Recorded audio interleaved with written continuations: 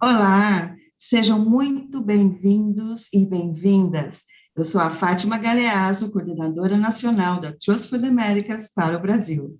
Estamos aqui hoje para mais um evento da Semana da Inclusão Trust, edição 2022. Um evento desenhado para levar informação e conhecimento a toda a comunidade da América Latina e Caribe sobre um dos temas que mais tem feito parte do nosso dia a dia, a inclusão. Chegamos ao quarto dia da Semana da Inclusão Trust e já tivemos a participação de renomados convidados e especialistas conversando sobre juventudes, mulheres e comunidade LGBTQIA+. Hoje vamos conversar sobre comunidades afrodescendentes e amanhã, encerrando a segunda edição da Semana da Inclusão Trust, abordaremos o tema migrantes.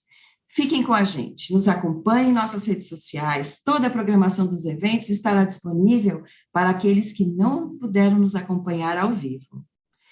Vou agora apresentar a nossa convidada. Muito bem-vinda, Mãe Beth de Oxum. Olá, muito obrigada, muitas graças pelo convite, gratidão por estarmos juntas aqui nesse encontro. Sou Mãe Beth de Oxum, Yalorixá, mestra do coco de roda, comunicadora popular, ativista cultural e patrimônio vivo de Pernambuco. Muito obrigada. Antes de mais nada, Mãe Beth, nós da Trust for the Americas gostaríamos de agradecer a sua presença e participação na Semana da Inclusão Trust. Eu vou rapidamente apresentar a Mãe Beth. Maria Elizabeth Santiago de Oliveira, ou Mãe Beth de Oxum, nome artístico que adotou ainda jovem, que é mestra da cultura popular, comunicadora, cantora, ativista e educadora. Mãe Beth está há mais de 30 anos promovendo ações de inclusão e impacto social em Guadalupe, Pernambuco, no Brasil. Por meio da Sambada de Coco, uma festa tradicional da cultura afro-brasileira, com música e dança, pauta debates sobre urbanismo, meio ambiente, tolerância religiosa, diversidade, entre outros tantos temas com a sua comunidade. Ela é fundadora do Ponto de Cultura Coco de Umbigada e do Lab Coco, Laboratório de Tecnologia e Inovação Cidadã, iniciativas que unem a tecnologia e a ancestralidade, oferecendo cursos e formações para fomentar a geração de emprego e renda de jovens em situação de vulnerabilidade social. Mãe Beth recebeu em 2021 o título de Patrimônio Vivo de Pernambuco, sendo reconhecida como mestra de notório saber da cultura do Estado. Em 2015, foi agraciada com a medalha de Ordem do Mérito Cultural, recebida das mãos da então presidenta do Brasil, a senhora Dilma Rousseff. Mãe Beth, para que possamos começar a nossa entrevista, conhecer um pouquinho mais da sua história pessoal, da sua história frente ao Coco de Umbigada, que faz parte da Rede Poeta Brasil desde 2018, e também falarmos um pouquinho da sua tão importante e marcante presença na comunidade local, a gente gostaria de fazer algumas perguntas, mas a primeira é para a gente conhecer o seu trabalho, conhecer um pouquinho mais você. Conte um pouquinho da sua história, Mãe Beth. Quem é a Maria Elizabeth, ou a Mãe Beth de Oxum? Mãe Beth de Oxum, bom, eu sou uma mulher, me reconheço como uma mulher negra, afrodescendente, moradora aqui da comunidade do Guadalupe, em Olinda, Pernambuco, Brasil. Minha trajetória se dá a partir do território, a partir da territorialidade onde eu estou inserida. Olinda é uma cidade patrimônio cultural da humanidade. As brincadeiras populares, elas literalmente passam na porta na calha, na rua, onde a gente mora, onde a gente convive. Temos muitos blocos de carnaval, temos muito brinquedos populares, os maracatus, baque solto, maracatus, baque virado, afoxés, coco de roda. Então, eu me vejo nesse lugar, nesse território extremamente cultural, e me insiro nesse contexto. Então, desde muito jovem, né, me vi inserida nesse lugar e comecei a trabalhar, né, comecei a militar e a trabalhar dentro desse universo da cultura. Sou do terreiro de matriz africana, sou do candomblé, sou da Jurema Sagrada, que é a religiosidade afro-indígena, que vem dos quilombos, né? Dos quilombos dos Palmares, dos quilombos do Brasil. Então, a minha trajetória se insere nesse contexto da luta contra o racismo, da luta pela emancipação das mulheres, contra o machismo, contra a LGBTfobia, a homofobia, a transfobia, porque a gente precisa ter uma sociedade mais plural, mais diversa. A gente precisa respeitar os povos originários, os povos indígenas. A gente precisa respeitar os povos negros e afrodescendentes. Então, a minha trajetória é a trajetória da cultura brasileira, da afirmação da identidade cultural, da afirmação desse lugar, dessas mulheres da periferia, dessas mulheres assim, fortes, que não têm moeda, não têm recurso, não têm dinheiro, mas têm atitude, têm axé. Essa é a minha trajetória. Perfeito, Mãe Beth. Mãe Beth, quando a gente fala, então, de todos esses temas, né? Você falou de cultura, você falou de ancestralidade, você falou da dança, falou do território. Quando a gente fala de todos esses temas, né? Como é que como é que a Mãe Beth, à frente de tantas iniciativas que a gente conhece, iniciativas sociais, políticas, culturais, como é que todos esses temas, eles se conciliam, eles interagem e favorecem a inclusão social, a inclusão social e econômica da população afrodescendente? Como é que o coco de umbigada, como é que a sambada, a radioamnésia que você tem todas as semanas conversando com a sua comunidade, como é que tudo isso interage, concilia e favorece, então, essa inclusão social e econômica da população? Bom, nós temos uma expressão artística que a gente carinhosamente chama de brinquedo, de brincadeiras, que é o coco de umbigada. O coco de umbigada vem do século passado, vem dos nossos avós, vem dos nossos bisavós, não é? Então, a gente tem a tradição, tem a herança cultural dos nossos avós. Então, a gente tem essa brincadeira do coco. Quando os nossos avós morreram, e os bisavós e os avós morreram, a brincadeira, a expressão artística, o coco de roda, que a gente chama coco de umbigada, ficou parado por quase 30 anos. E a gente retomou essa brincadeira. A gente resgatou os instrumentos e trouxe a brincadeira de volta. A gente deu vida à brincadeira. Voltamos a fazer a brincadeira na comunidade. Articulamos a escola, articulamos a comunidade e articulamos a família para voltar à brincadeira. E voltar à brincadeira, voltar com a brincadeira, é voltar com a vida cultural do território. É voltar com a nossa comunidade, o nosso bairro, ter vida cultural, porque aqui no Brasil, a periferia que não tem cultura tem violência, é projetada como violência. Então, a gente precisa ressignificar culturalmente as nossas cidades e os nossos territórios. A partir de 2005, o governo Lula garantiu os pontos de cultura, que era um programa que transversalizava cultura, educação e cidadania. Nós fomos um dos primeiros pontos de cultura a ser reconhecido aqui no Brasil. Então, a partir daí, a gente começou a articular redes diversas redes, redes de comunicação, redes de tecnologia, redes de gênero, rede de ancestralidade. Então, vários terreiros já começaram a ser conectados pelas redes sociais. Só que a gente não tinha o computador, a gente não tinha a internet. Em 2005, a gente não tinha a internet.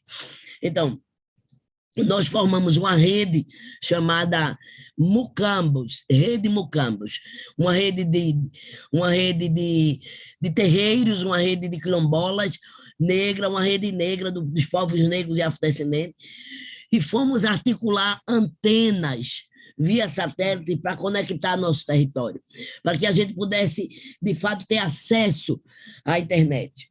Por exemplo, quando a gente recebeu o kit multimídia do programa Cultura Viva, a gente não tinha internet. Você vê, a gente recebeu o kit multimídia, mas não tinha rede.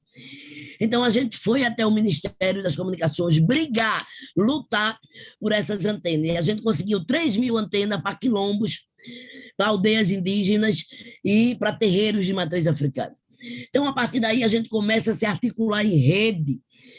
Aí, várias redes. Chega a rede de comunicação, a rede de rádio livre, a rede de mídia livristas, ministrando oficina de rádio. Antes, a rádio para a gente era um objeto que tocava música, tocava notícia. A gente começa a entender que rádio é poder. A gente começa a entender que aquele rádio ali, ele se comunica com o território, com o país, com o mundo. A gente percebe a importância da comunicação. E a gente começa a fazer o programa. A rádio ficou pronta dentro do nosso terreiro. E a gente começa a se apropriar da comunicação. Começa a fazer programa para poder visibilizar, projetar nossa música. Nossa música é escondida no Brasil.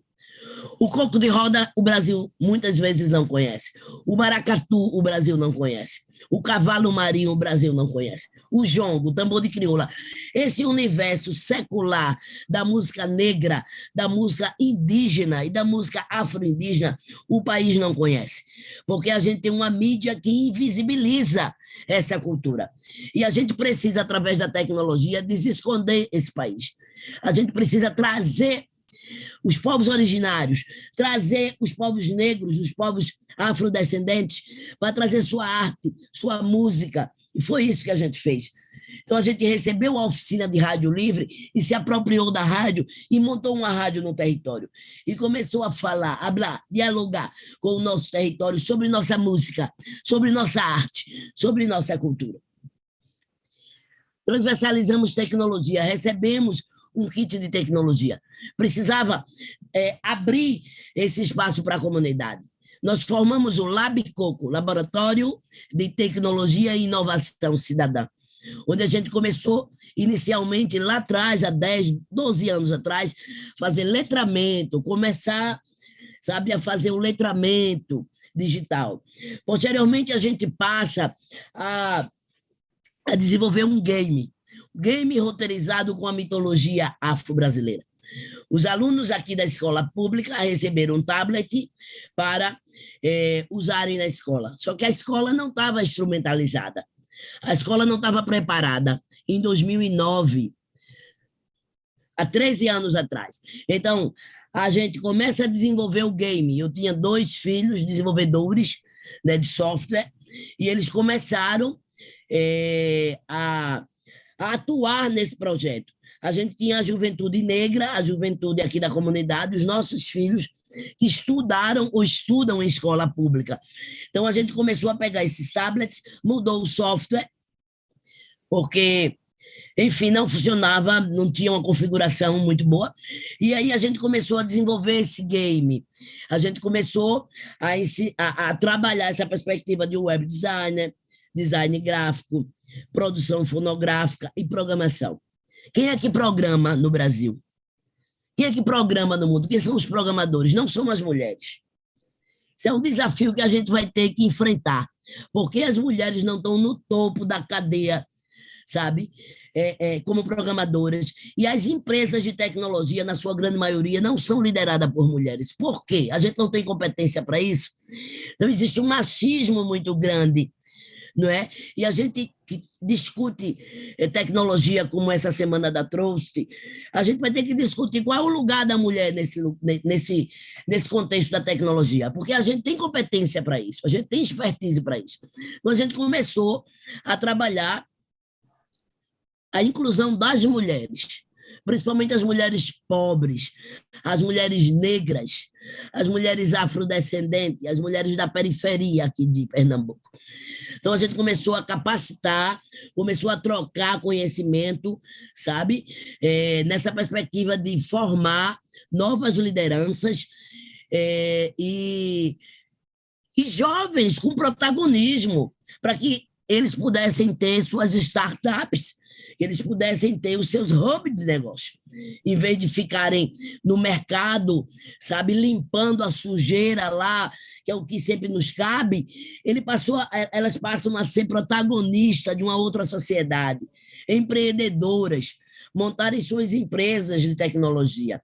Então, essa foi a revolução silenciosa que a gente está fazendo aqui no Nordeste do Brasil. Possibilitar essas mulheres pobres e negras a serem programadoras, a serem web designers, a serem design gráfico, a serem produtoras fonográficas, a gravarem suas músicas, gravarem seus discos. Então, a gente começou a possibilitar uma outra sociedade, uma outra realidade, um outro país é possível a partir da nossa atitude, a partir da gente usar as tecnologias a nosso favor. Porque antes a dificuldade era o computador, era o celular. Agora o conhecimento está aqui, agora a universidade está aqui, não é? O desafio agora é os meios. Como a gente está usando isso? Como a juventude está usando esse instrumento? Então, é a gente possibilitar uma nova era, que uma juventude possa se apropriar de forma inteligente, porque o conhecimento está aqui. E a gente precisa garantir recursos para que essa juventude se capacite, se instrumentalize a usar isso de forma inteligente. É isso que a gente está fazendo. A gente tem uma rádio que toca a nossa música, que as outras rádios não tocam. As outras rádios invisibilizam há 500 anos nossa música. E a nossa rádio toca a música preta, toca a música indígena, toca a música das periferias. Então, a gente tem um brinquedo que estava parado e a gente trouxe ele de volta e ele está na rua, e ele está no palco, e ele está na casa das pessoas. A gente mudou a vida das pessoas a partir da identidade. Identidade é algo muito sério, muito importante no tocante à cultura da nossa cidade. A gente é um país cultural. O Brasil é um país que vive assim com muita plenitude sua cultura. Ele não é um país branco, ele é um país preto, ele é um país indígena, ele é um país afro-indígena também. E ele precisa valorizar essa cultura, ele precisa projetar, protagonizar essa cultura. Então, aqui, o Ponto de Cultura Coco de Umbigada tem essa perspectiva de projetar a cultura afro-brasileira, de ter uma rádio para fazer difusão da cultura brasileira, de ter um laboratório para formar novos atores sociais, jovens, homens e mulheres, que concebam a sociedade mais plural, sem racismo, sem homofobia, sem transfobia, sabe? Com uma perspectiva de uma sociedade plural, diversa, mais afetiva, sabe? E com protagonismo das mulheres. As mulheres é a luz do mundo. Nós somos a luz do mundo, então a gente precisa ser protagonista. E essa indústria precisa nos reconhecer como agentes importantes no processo de formação e de emancipação. Então, essa é a nossa pegada aqui, minha filha.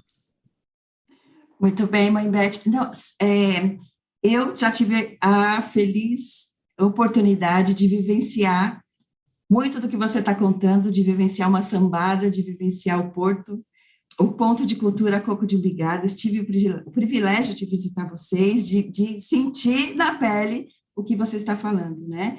E eu acredito de verdade, nós acreditamos de verdade da Trust que o empoderamento da mulher na tecnologia é uma das principais atividades, missões e propostas que nós também desenvolvemos, e acreditamos muito nisso. Nós estamos agora, Fátima, inclusive nós estamos agora com um grupo de 50 mulheres, agora que eu digo é agora mesmo, agora esse mês de agosto de 2022, nós estamos com duas turmas, uma de 25 alunos, que é mista, homens e mulheres, 40% homens, 60% mulheres, e nós temos uma turma de 50 só mulheres, de 16 a 29 anos, fazendo exatamente web design, design gráfico, produção fonográfica e programação. Mulheres negras, afrodescendentes, estudantes de escola pública ou que terminaram o ensino médio. Então, na realidade, a gente está potencializando essas mulheres, criando uma perspectiva delas serem protagonistas da sua própria história. Não é? Em vez de elas estarem naquele subemprego, elas conseguem ter essa formação e potencializar. Agora, falta recurso para a gente criar as startups, para a gente criar esses hubs de negócio e essas meninas alavancar. Falta... Exatamente. Exatamente, Mãe Beth, o que ele perguntar agora, né? Nós, da parte de uma organização social, como é a Trust, como é o Coco, desenvolvemos muitas atividades, desenvolvemos muitos projetos, empoderamos muitas mulheres, muitas pessoas, ok, mas o que falta? O que nós poderíamos fazer, falando agora como cidadão, como empresário, como universidades, o que todos esses segmentos, né, o que poderíamos fazer juntos ou não, para que a gente possa, essas pessoas todas que já estão sendo capacitadas, essas mulheres que estão prontas para o mercado de trabalho, para o empreendedorismo, o que falta? O que poderíamos fazer juntos para alavancar mais pessoas com oportunidades econômicas? Diante da sua experiência, o que poderíamos fazer? Olha, a gente tem muito racismo estrutural na nossa sociedade, tanto no Estado brasileiro, quanto no empresariado, de uma maneira geral. Isso a gente vê. Se você chega numa empresa, você vê quem é o dono da empresa, a cor de quem é o dono da empresa, que limpa a empresa. Então, isso aí é latente e a gente não pode esconder isso. A gente precisa... E, Mãe Beth, desculpe, e pensando que a nossa população Brasil, ela tem no mínimo 51% de pessoas afrodescendentes. Metade então, da nossa população. Metade. Na realidade, é mais da metade. Oficialmente é metade, mas é mais da metade. Então, a gente precisa minimizar esse racismo. A gente precisa criar políticas, né, que consiga criar impactos para mitigar esse racismo estrutural da sociedade brasileira. Então, a gente precisa criar cotas, a gente precisa criar oportunidades, a gente precisa criar recursos, estabelecer recursos. Por exemplo, do ponto de vista, né, governamental, das políticas públicas, o Estado ele é muito lento, né? E outra coisa, ele não enxerga essa dimensão da inovação. O Estado ele não inova, ele tem um certo problema, né, receio. Tem que investir em inovação, tem que investir nessas experiências, nesses cursos de formação em tecnologia para as mulheres, para potencializar essas mulheres negras, essas mulheres afrodescendentes, sabe? Ter cursos em tudo quanto é lugar. E do ponto de vista do mercado, as empresas precisam potencializar. Hoje eu estava ouvindo que tem uma melhora, justamente porque a sociedade tomou corpo, né? Nessa coisa contra o racismo. Você vê o racismo no ônibus, no trem, as pessoas se levantam, se colocam contra, porque não dá mais para matar tanto preto e preta assim. O Estado mata, isso tem que ser dito em qualquer lugar desse mundo. O mundo mata. A gente vê os Estados Unidos, George Floyd lá, foi um exemplo disso. Aqui no Brasil se mata todos os dias negros e negras por serem simplesmente negros e negras. São 60 mil por ano. Isso é uma guerra civil meio que invisível. E a gente precisa fazer com que esse jovem seja, de fato, a força motriz desse país. Ele não pode estar sendo assassinado porque é pobre, porque é preto. Ele precisa de potência. Ele precisa de oportunidade, de formação. E você me pergunta o que a gente pode fazer. Eu acho que a gente pode fazer uma grande aliança.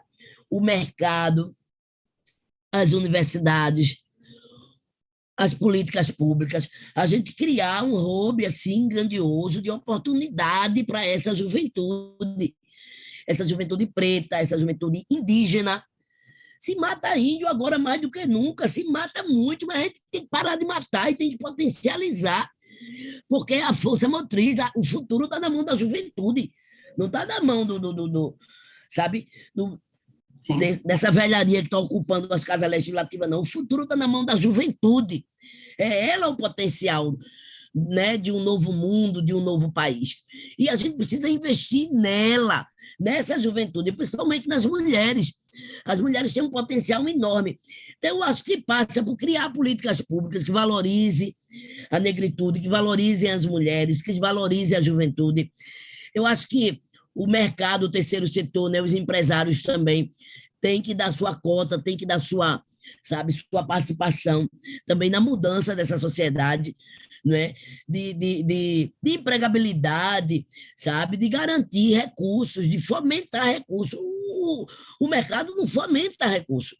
Garantir fomento para essas iniciativas, como a nossa aqui do Corpo de Brigada, do, do, né, do Laboratório de Tecnologia do Labicoco. Você viu, nós tínhamos 200 iniciativas, né? Que você coordenou, as 200 iniciativas do Poeta, Programa de Oportunidade Econômica através das Américas.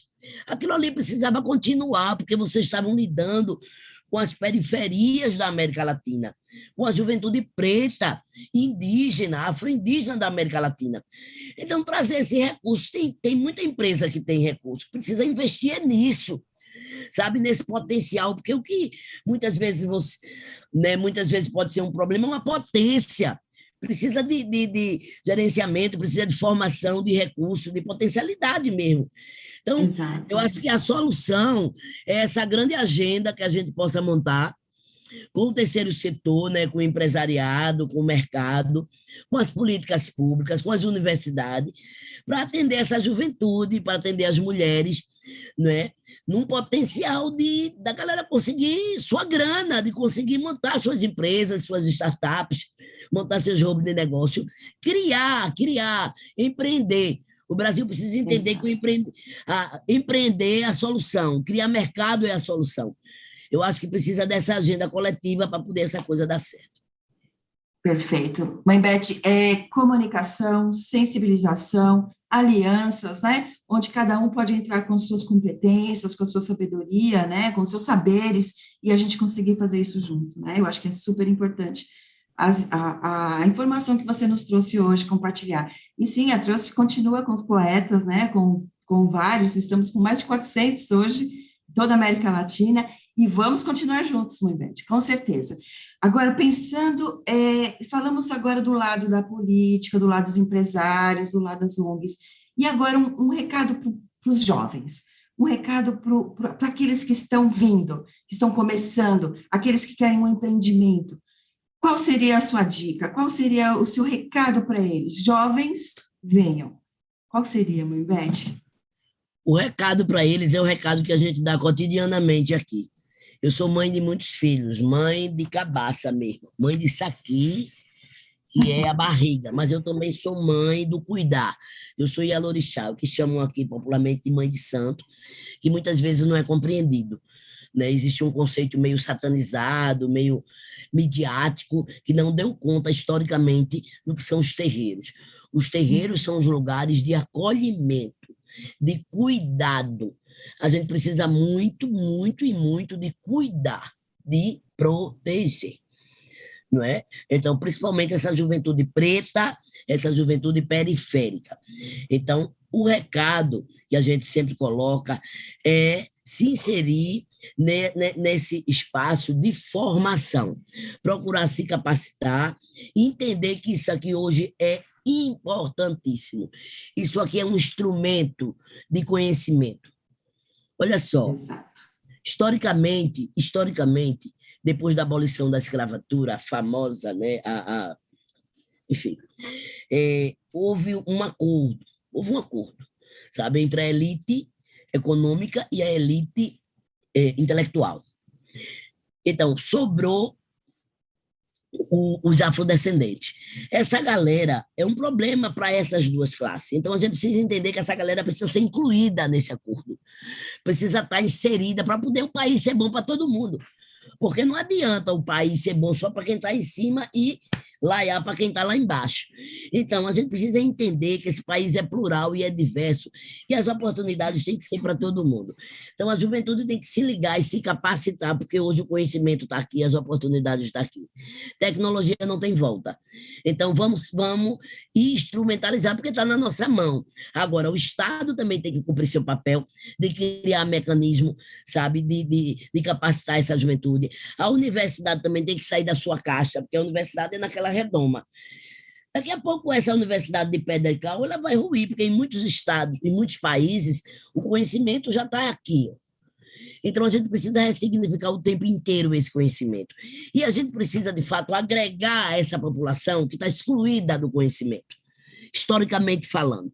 A gente precisa agregar essa população para que todo mundo possa ter oportunidade. E a palavra de ordem para a juventude é: se liga, se liga, entra nesses cursos, se capacita. A música também é muito importante, porque não adianta também ter o programador, sabe, ter o empresário e não ter aquele que alimenta a alma, o tocador de tambor, aquele que canta, aquele que dança. Tem que ter, a sociedade é diversa, sabe? Então, muita arte, muita cultura também para a juventude, porque é a juventude que vai levar, né, a arte e a cultura para dar continuidade. Mas também formação. O recado para a juventude é formação. Se liga, vamos se capacitar, vamos estar se formando, vamos fazer cursos, vamos criar suas startups, vamos criar seus empreendimentos, entendeu? Esse papo da gente estar limpando os bacanas lá sujos, esse foi dos nossos avós, das nossas mães, das nossas tias. Hoje a gente pode ser empreendedor e pode ser protagonista da nossa própria história. E o recado é esse: se liga, vamos se capacitar, vamos fazer formação e vamos garantir que o futuro possa ser melhor para todo mundo. Excelente, muito obrigada, Beth, excelente. Eu acho que esse recado é maravilhoso, né? Estamos aqui, temos a possibilidade de oferecer coisas diferentes, temos a oportunidade de buscar coisas diferentes. Depende muito do eu, né? Eu quero, eu vou. E eu acho que esses jovens têm que saber disso. Eu quero, eu vou e eu posso. Isso que eu acho o mais importante, né? Então, muito obrigada, Agora a gente não pode esquecer de uma coisa, né? Assim, eu quero, eu vou, eu posso, é importante. Você tem que ser protagonista, você tem que correr atrás. Agora, não é a meritocracia. A meritocracia, a gente não reconhece esse lugar porque as oportunidades são diferenciadas. Quem vem da favela, quem vem do morro, quem vem da periferia, quem vem, por exemplo, da periferia aqui do Nordeste do Brasil, não vai ter a mesma oportunidade de um jovem de classe média aí de São Paulo, por exemplo. É outro papo. Então, sacar a oportunidade, é correr atrás, é investir na sua capacitação, mas também ter o compromisso das políticas públicas de atender essa comunidade. E o mercado, os empresários também dão a sua cota, não é só o lucro que importa. Eles também têm que entender que esse país também tem que ser bom para todos nós. Perfeito. É uma sinergia, senão não funciona. Um pouquinho de cada um, né? É uma doação de um pouquinho de cada um. Perfeito.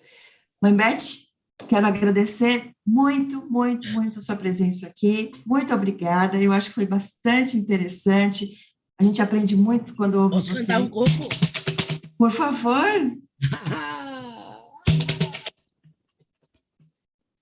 A cultura alimenta a nossa alma. As ruas precisam ser ocupadas, as praças precisam ser ocupadas, os becos precisam ser ocupados, as empresas precisam ser ocupadas, o mercado precisa ser ocupado com a cultura, porque a cultura alimenta a nossa alma. Alimenta a alma.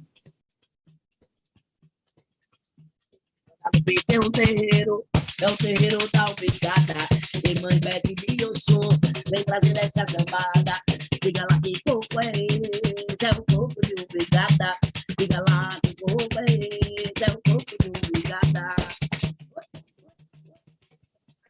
Ô Zé, quando for lá pra lagoa, toma cuidado com o balanço da canoa.